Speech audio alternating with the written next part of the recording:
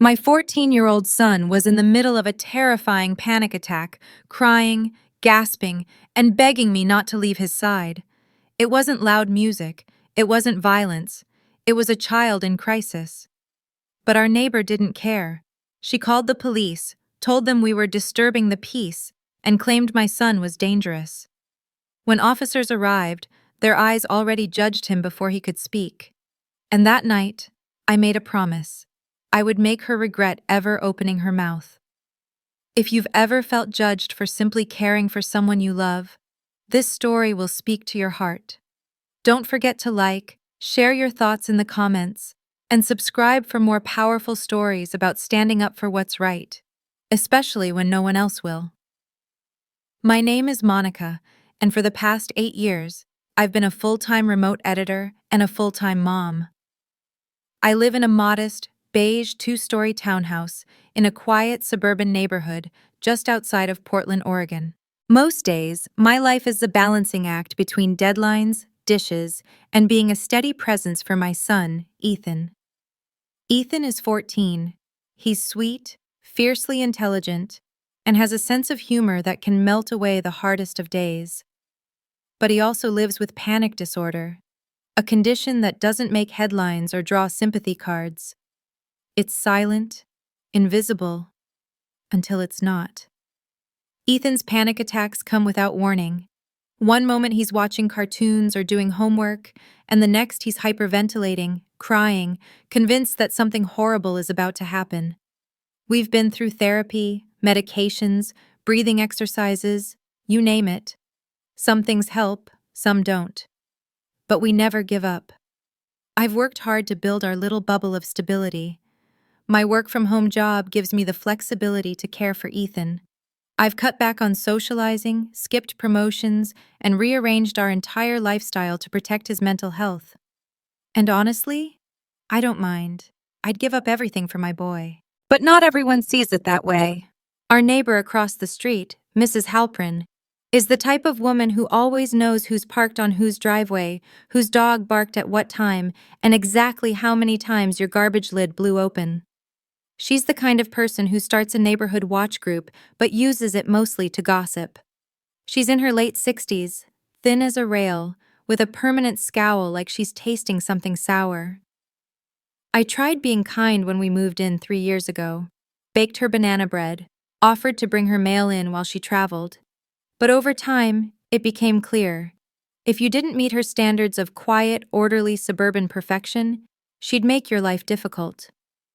At first, it was subtle. Passive-aggressive comments about our recycling bins, or loud complaints on the HOA Facebook page about unsupervised teens making noise that clearly pointed to Ethan. Then one day, she actually knocked on my door and said, "Maybe you should get your son some discipline." Kids these days, always glued to their phones and throwing tantrums like toddlers. That day, I didn't respond. I smiled tightly and closed the door. I figured, she doesn't understand, and I'm not here to educate her. I had enough on my plate. But the truth is, her stares, those dagger eyes from across the street whenever Ethan got overwhelmed in public, started to feel heavier. The judgment was constant. The way she looked at him, like he was broken, like he was a threat. Still, I kept the peace. I taught Ethan to stay calm when she was nearby, to avoid loud noises, to try to blend in, as heartbreaking as that was.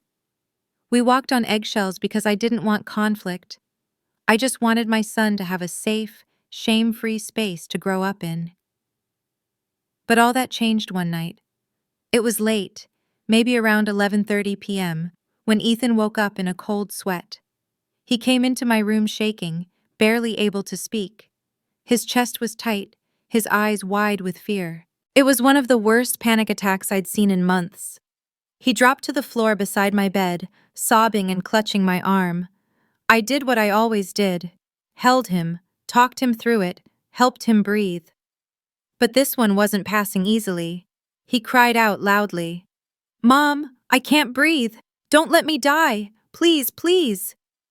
I turned on soft lights, spoke gently, gave him water, guided his breathing, but nothing worked. It had already lasted 5 minutes, then 10. His cries echoed through the walls. And then, the doorbell rang. I froze. Who the hell would ring my doorbell at midnight? I looked out the peephole, and there they were. 2 uniformed police officers, hands already resting on their belts. Behind them, standing on her porch with arms crossed, was Mrs. Halprin. I felt my stomach drop. I opened the door cautiously, whispering, "My son's having a panic attack. Please keep your voices down." But one officer stepped forward, frowning.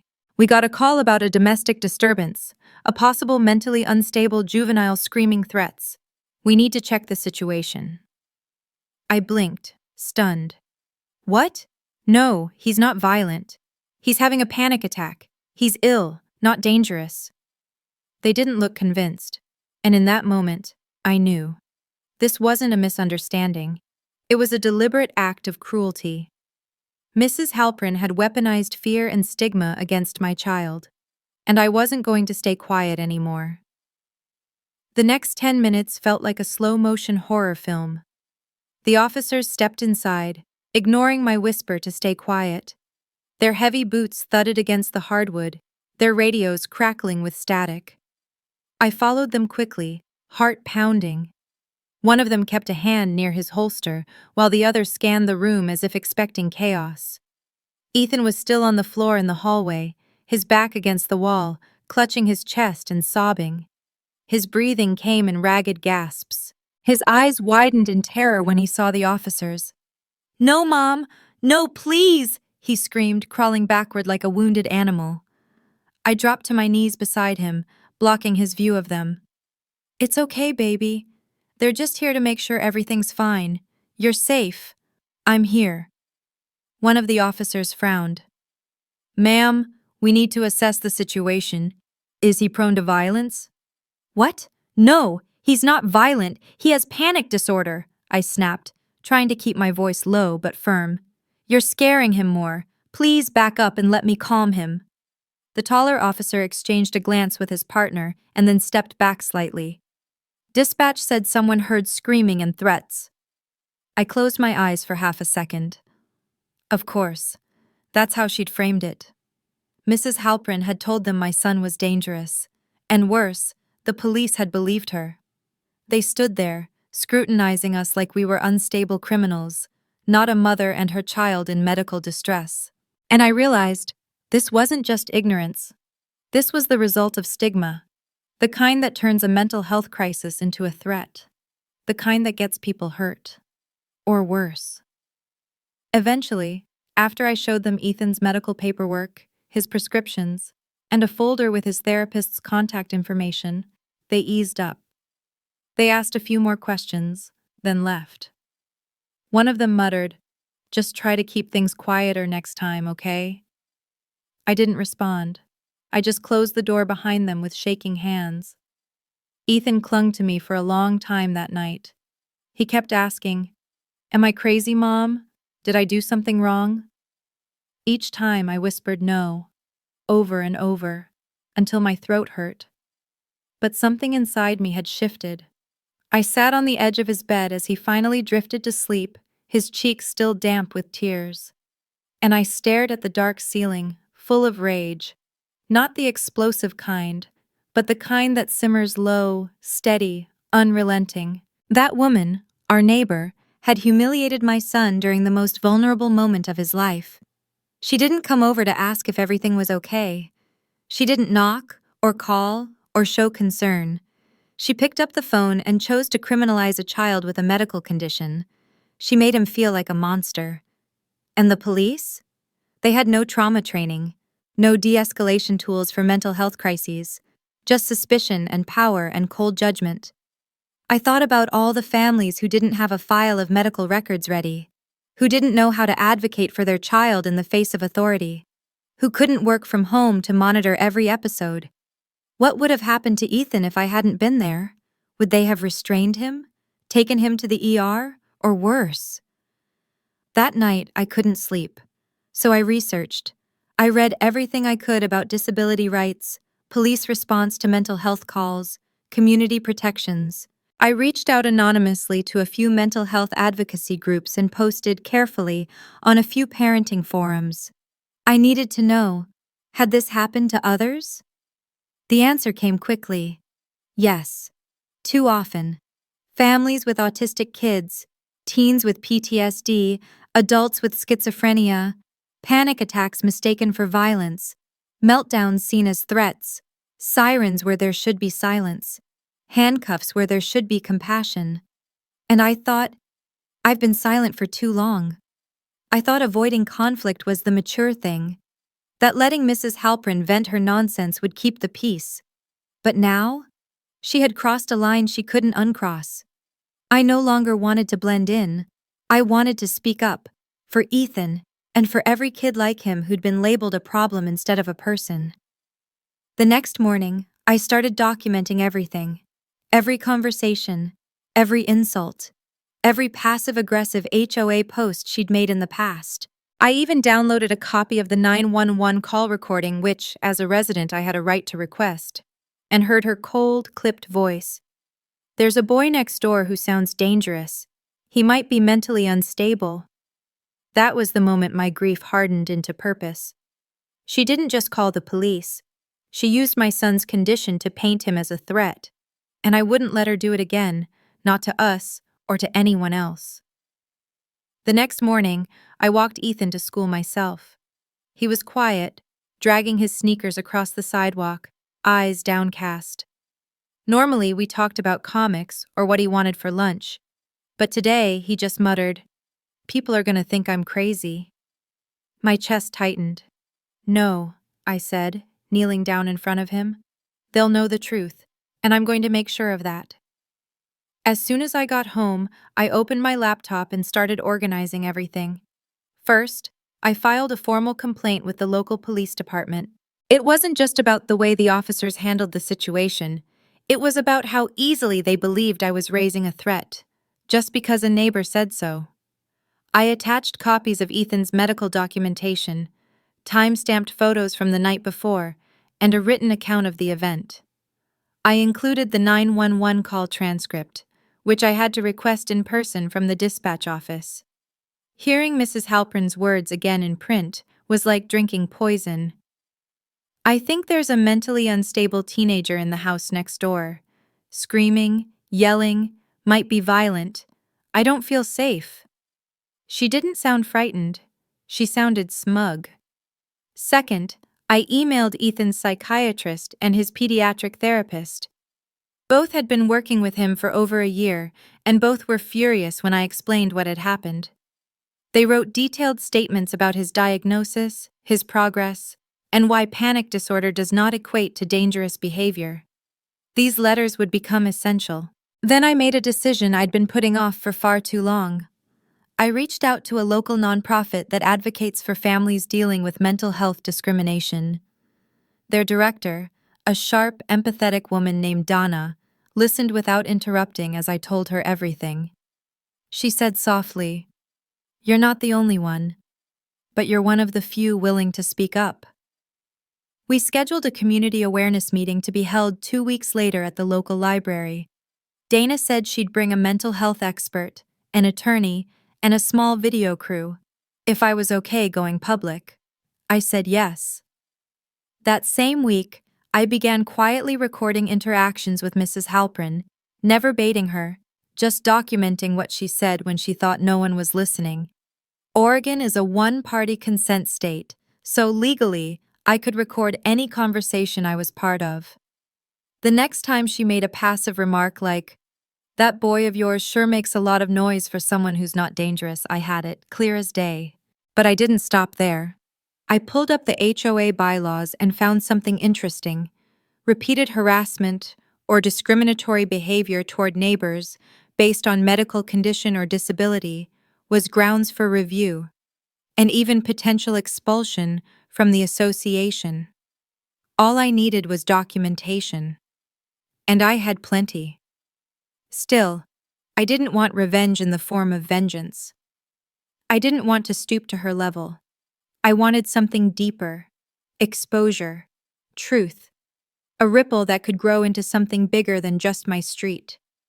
So I spent my nights building a timeline: photos, emails, letters, audio clips. I created a clean, digestible folder. I titled it, "For Those Who Still Think Mental Illness is a Threat." And then I waited for the right moment. That moment came sooner than I expected. One morning I found a note taped to my door. It read, "Some of us like quiet. If your boy can't behave, maybe you should find somewhere else to live." No signature, no handwriting I recognized. But I didn't need a name. I scanned the note, time-stamped it, and added it to the folder. And that was the final push I needed.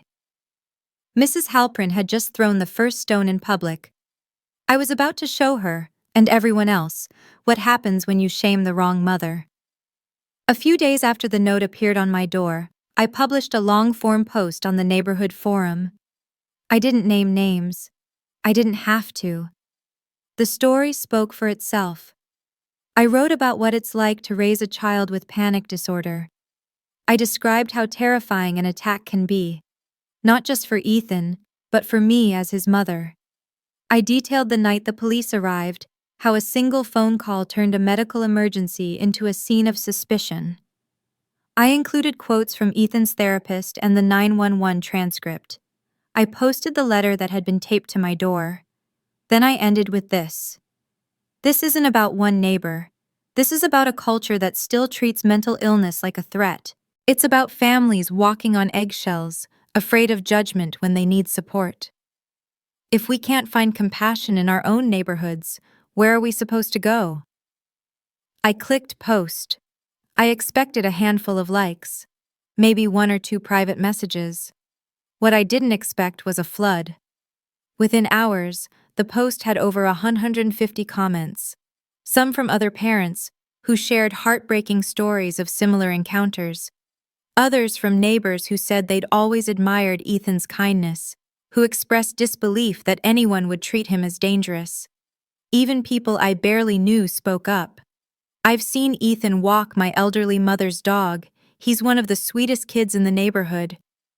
My daughter is autistic. We live in silence and fear. Thank you for speaking out." By the next morning, I received an email from the HOA board.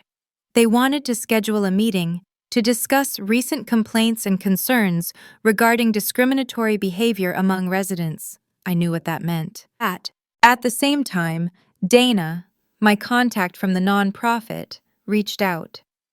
The community meeting we planned was gaining attention. A local journalist who followed their advocacy work had read my post and wanted to feature our story in a broader article on mental health stigma in suburban communities. I hesitated for a moment. Going public meant vulnerability, scrutiny, risk. But it also meant visibility, protection, change. I agreed.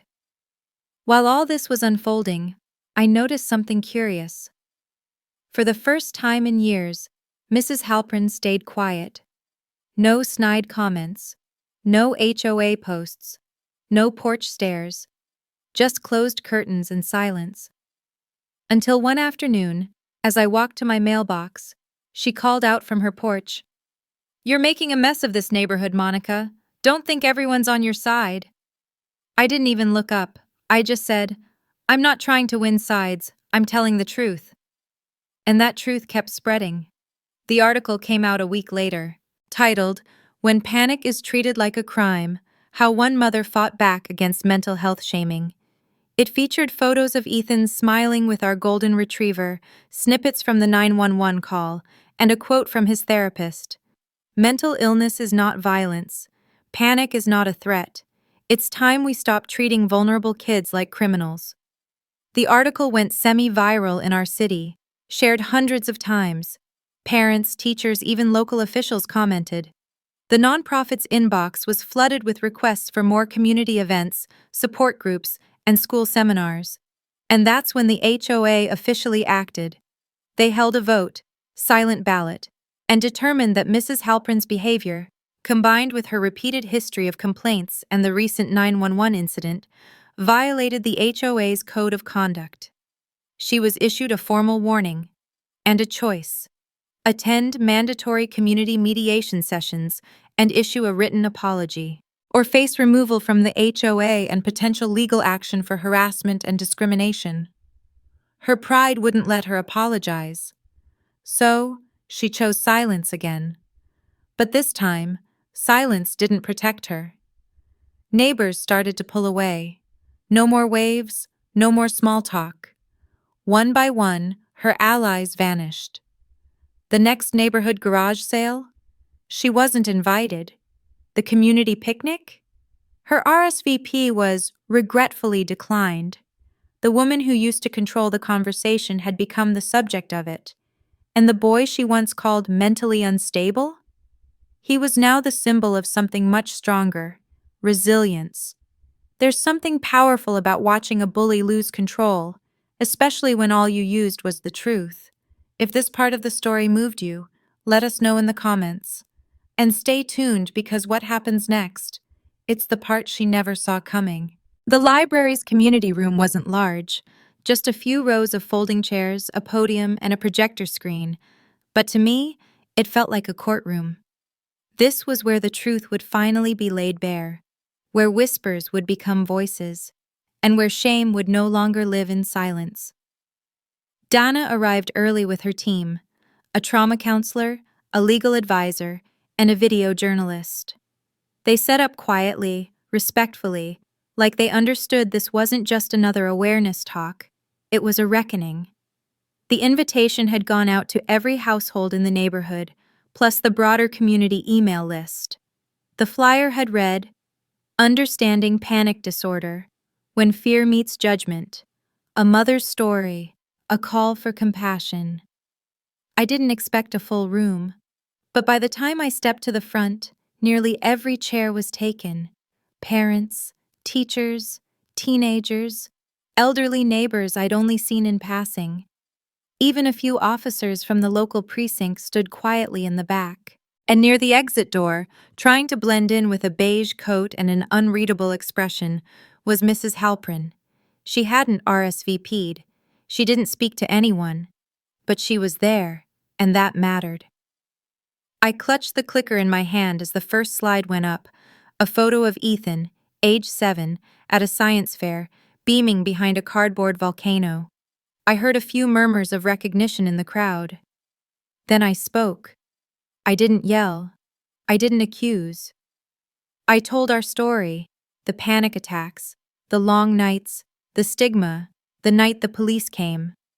I played a short audio clip of Ethan crying during an episode, with his consent, to show people what it really sounded like: not violent, just scared. Then came the 911 transcript projected on the screen. I didn't need to say her name, the words were enough. Mentally unstable. Might be dangerous. I don't feel safe. I paused, scanning the room. People weren't shocked, they were disturbed. Dana stepped in and spoke about the legal difference between noise complaints and discriminatory calls. The trauma counselor followed, explaining how panic attacks affect the brain and why being judged during one can cause lasting psychological damage, especially to children. People took notes, some cried. One teacher asked if we could bring the program to the local school district. Someone else asked how to talk to their own kids about mental health in more empathetic ways. And through it all, Mrs. Halprin stayed frozen in her chair, her face unreadable, but her posture rigid. She was listening.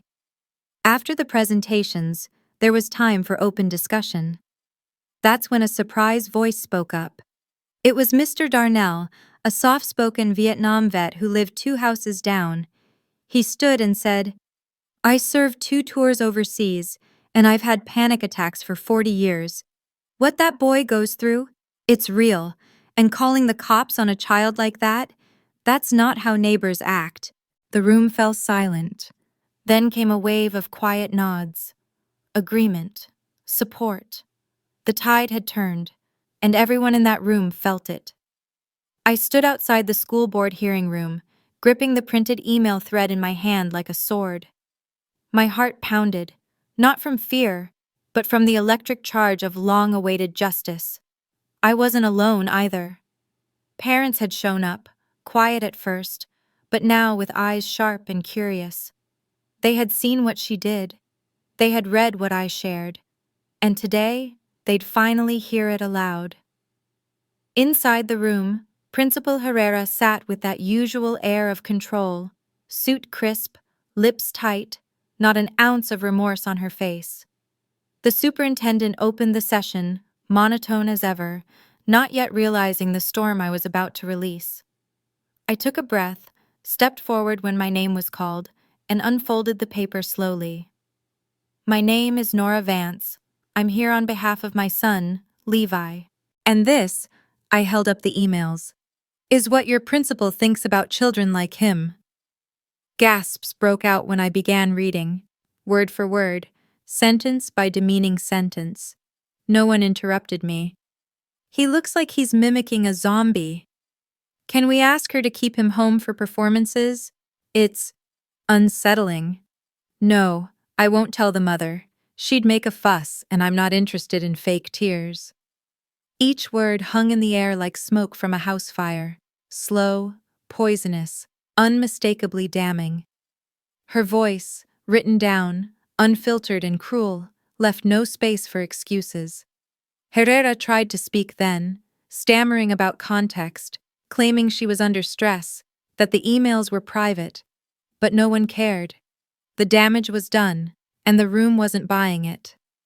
One of the teachers, Mrs. Deakins, stood up in the back and said clearly, "That's how she talks about all our kids. We've all heard it.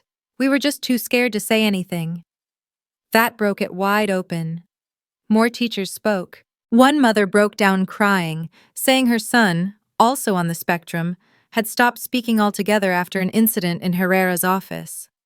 Another said she pulled her daughter out because the principal said, "We don't do therapy kids here." The board members looked stunned, faces pale. One of them demanded to know how long this had been going on. Another scribbled notes furiously, while the superintendent leaned back, silent, like he finally realized the full scope of rot beneath his polished district.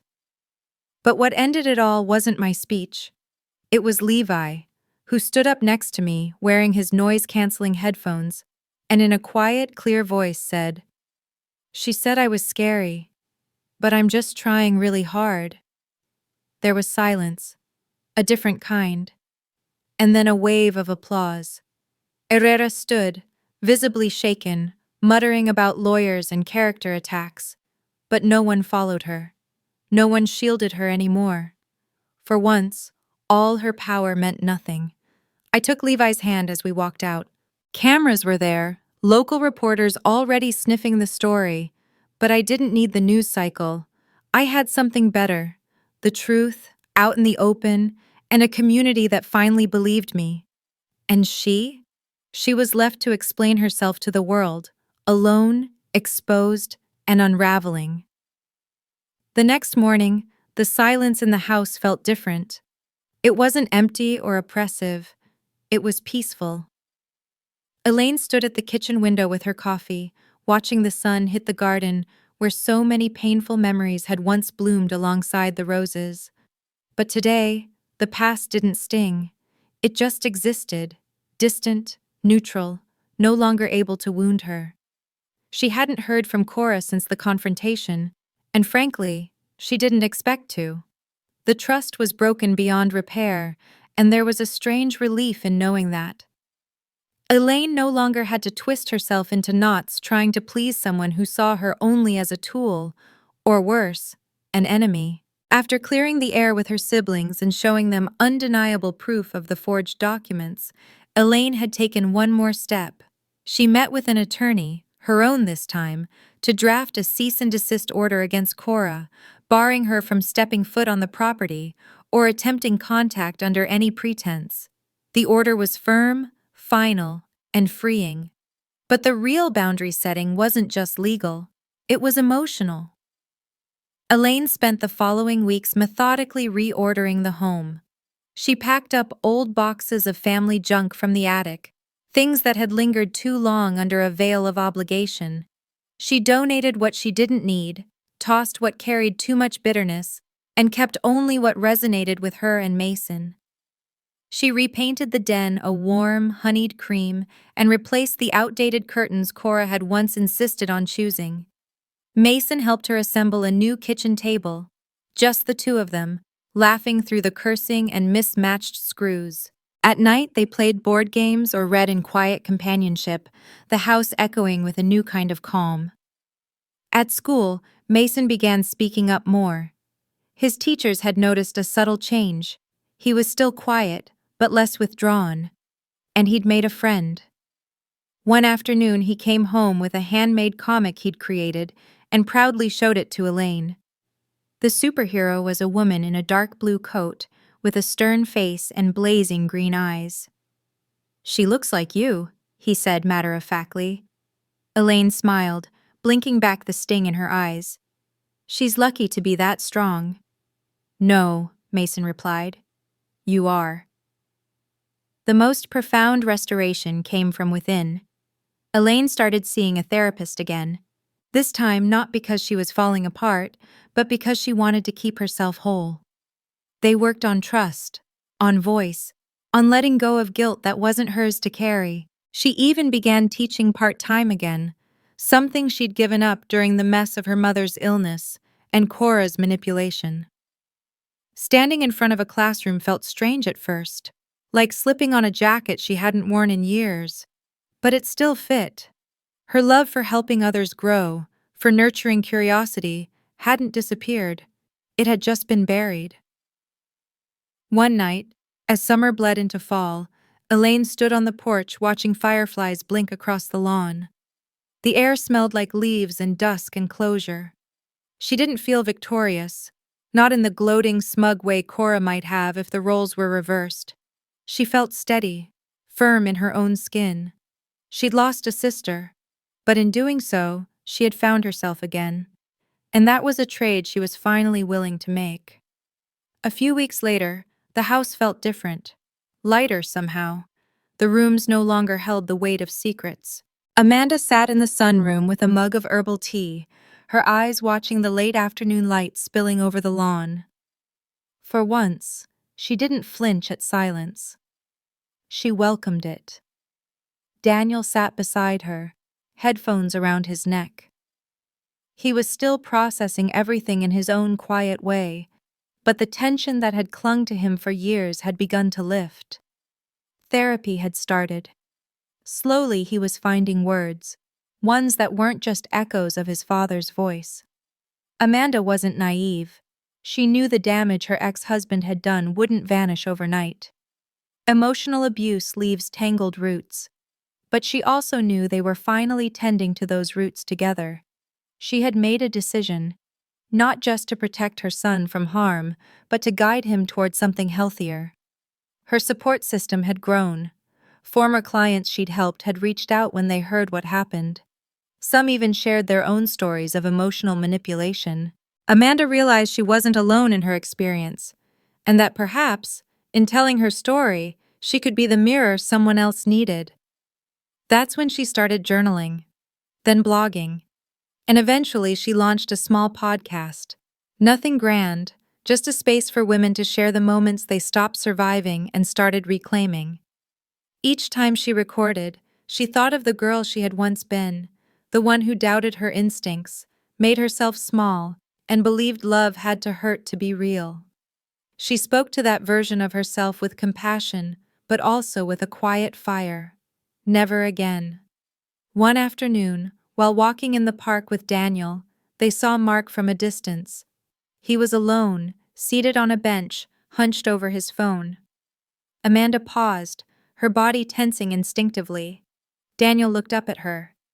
"You okay?" he asked. Amanda nodded. "Yeah, just remembering who I used to be." Daniel grinned a little. "You're not her anymore." "No," Amanda agreed softly. "I'm not." They kept walking.